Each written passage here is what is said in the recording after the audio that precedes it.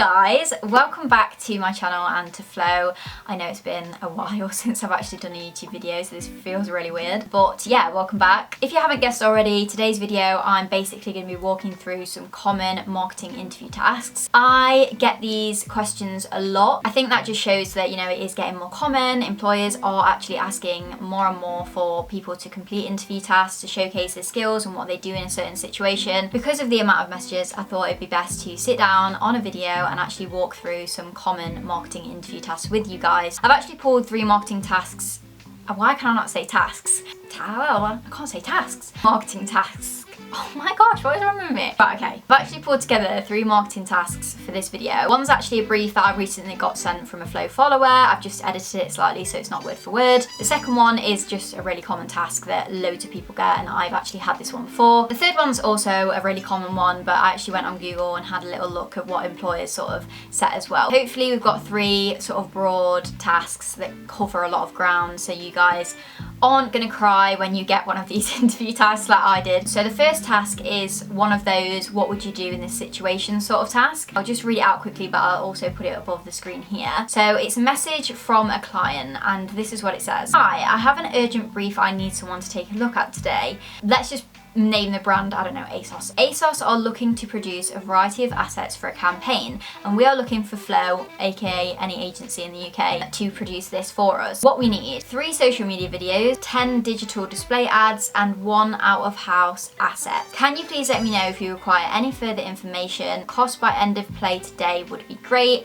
Thanks, Susan. So these are actually really common. Employers just basically want to know how would you react and respond to this situation, because it's most likely going to be something that you'd face in your role, the role that you're applying for. Let's just break this down then. How would you respond to this email? Number 1, ask for timelines. It is so important in the marketing industry to know timelines, deadlines, and have a clear time frame. Whether you work for an agency and you're getting a brief in, or whether you're even in-house and you're organising a campaign, timelines are incredibly important because they give you an indication of what needs to be completed by when. You'll really need to understand what the time frame is. When do the social media and videos need to go live? When do they need to be approved with the client? All those sorts of questions you'll need to have the answers to. So yeah, employers will be really impressed if you ultimately straight away think, right, time frame, we need a time frame. Following on from that, I think it's also really important to ask for detail on, you know, what the type of project is. Can they provide more of a brief? Can they give you more information on how many hours it's going to take? All of these things really are important, especially if you work for an agency. Number 2, ask for more details on the deliverables required. As it was mentioned in the video asset, gaining as much information as you can from the client or even from a manager in-house or a stakeholder is really important. If you work in an agency, client expectations, you really need to understand and figure out what the client wants. Asking those additional questions and details on the project is really, really important. Number 3, what is the budget? It sounds like something really scary and a big responsibility, but budgets are obviously essential. Employers will really admire the fact that you have an understanding about budgets. You don't need to be able to say that you've planned like budgets for a campaign or for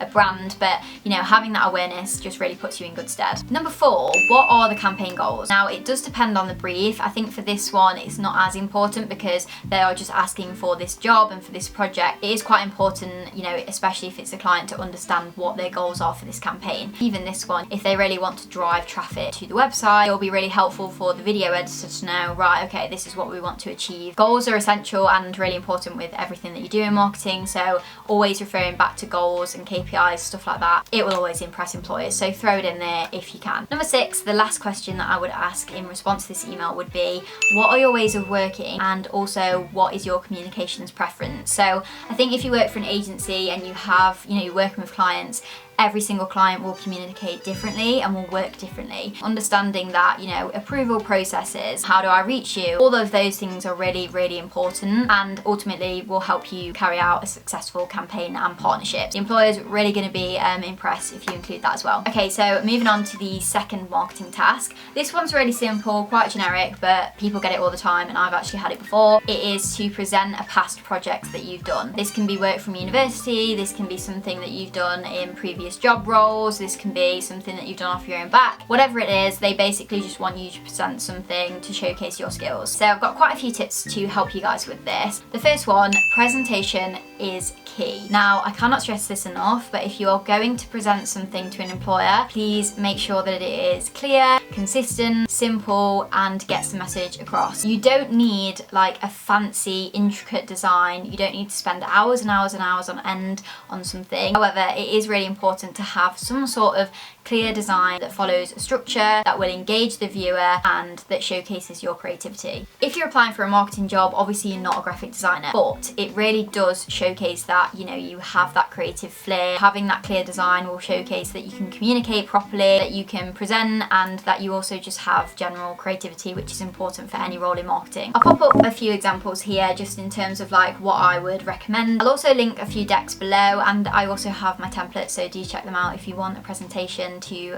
use for a task like this. You basically want to make use of white space. White space is essentially not overcrowding pages. Do not have tons and tons of text on one page. Keep it super simple. Like, you'll see the few examples that I'll pop up here. Make sure the design is consistent, follows the same structure the whole way throughout. You know, you have the same font, you have the same style of images, and yeah, just have fun with it. Make sure it's reflective of your style and what you like, and I think, you know, that will be fine. Another key tip for presentations is use of icons. So I'll link a few websites, but there's Flat Icon and there's another one. You can go on there, get free icons and use them within your presentation. I can't even explain it, but icons just make everything look better. They help convey like key points if you have like aims and objectives or something, and yeah, they're just really useful, so definitely try and include some icons within there. So my second tip with presenting a project is do your research. Have a look into the brand, have a look at what they do, and just make sure you know their core purpose. Also have a look at your role. Just think about what are they actually going to expect from this presentation and what's going to impress them to make them hire me. For example, if you're applying for a fashion social media role, I would be sure to include a project that showcases a social media strategy, because if you're going to present, you know, maybe something that's completely different, it might not land as well as it would if it was social media focused. Length. Now, everyone always asks me, you know, how long should my portfolio be? Obviously, a portfolio is quite different to an interview task. Interview tasks, generally, they don't expect a lot. I would say if you're going to present a project, 5 to 20 pages, fine. I would sort of aim for 10 pages. I think that's quite a nice amount. If you want to go for 20, that's fine. Also, if you want to do 5 really amazing pages, that's fine. 10's quite a good amount for a small presentation. They're not going to expect you to have like 500 pages and go through like an hour presentation. So number 4, professionalism and tone of voice. Communication's a really important skill for any marketer, because you're always working with different people. You're always having to work on projects with teams. And yeah, being able to obviously present as well to like clients or stakeholders within the company, all that sort of thing, it's just really important, and it looks good if you can showcase that you're capable of doing that. Just ensure that, you know, you are professional. Picture yourself in the role and actually in the business, so you're not just thinking, right, I'm presenting to my mate. No, you're not. You're presenting to the employer, so just make sure that you are staying professional and, you know, that you're clear when you speak. Just stay calm. I know it's really easier said than done. I hate public speaking. I hate presentations. I have improved obviously with more experience. For anyone that hates it, as time goes on, you will just naturally get better at doing them. But yeah, just stay calm. And my top piece of advice, practice before. Finally, my last piece of advice for presentations, prepare to answer questions. You're not going to be able to prepare for every single question, obviously, but you can always sort of anticipate the types of things they might ask. Okay, so moving on to the final task for this video. So, can you draft an outreach email for FLO'S campaign? Pretty basic, you know, just drafting an email. It doesn't sound anything too scary, and to be honest, it's not. Obviously, this is just an example focused on influencer marketing, but it could be something completely different. It could be an internal email, it could be to a client. Effectively, what they want to see is your writing capability and that you can actually communicate with other people within the business or a stakeholder or an influencer, like this example. So if you are set this task and you don't really have a Scooby-Doo on what to put, or, you know, how do I sound, I've got a few tips. Number 1 is tone of voice. Again, sounding professional and also having a look into the brand. So let's say it's a really traditional sort of corporate company who work in manufacturing. I don't know, this is just an example. They will probably be very different to a company like a fashion brand in London. I think knowing their audience, knowing who you're writing to is really essential to develop that tone of voice and to come across correctly and address the reader correctly as well. Number 2 is do not overcomplicate it and make it too lengthy. I think this goes across all emails emails. Make sure your points are clear, consistent, make sure that you outline what you need, what you want straight away. Number 3, and I think this one's more for people who probably don't have a lot of experience and are quite new to the industry. If you're not really that sure on, you know, how do I actually sound, how do I come across, and how do I actually write this email, honestly, my advice, go to Google and just type in corporate emails or, you know, marketing emails. Have a flick through some templates. It might sound stupid, but it's actually really going to help you understand, you know, what people sound like in the office environment, the corporate environment, because if you've never done it before, then you won't know. So those are my tips for this email task, and I'm also going to pop up a response here. This is something that I've drafted specific to this task. This would be an outreach email to an influencer. Context, this is a fake email. I've just drafted it up for this video, and it's basically if I was actually going to work with an influencer, this is pretty much what I'd say. Hi there, my name is Yasmin and I work at FLO, a Nottingham-based marketing agency. Well, not a marketing agency. We are working on a new exciting campaign surrounding the development of portfolios and how they can support you in the creative industry. We are looking for influencers who have personal experience with portfolio development to promote one of our templates, to create one reel or one TikTok video showcasing the template and driving your audience to purchase one. Timeline, all posts to go live late September 2022 before the 28th.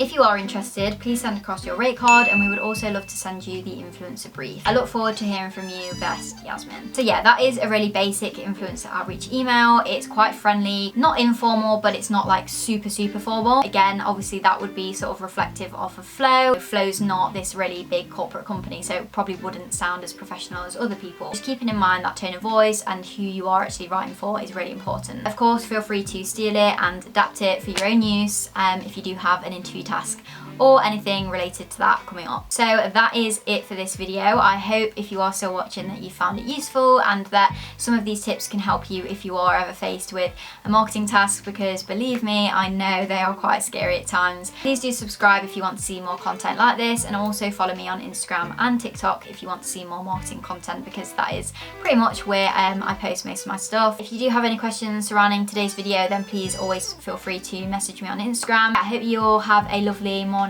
or day or afternoon or evening wherever you are, and yeah, thanks for watching.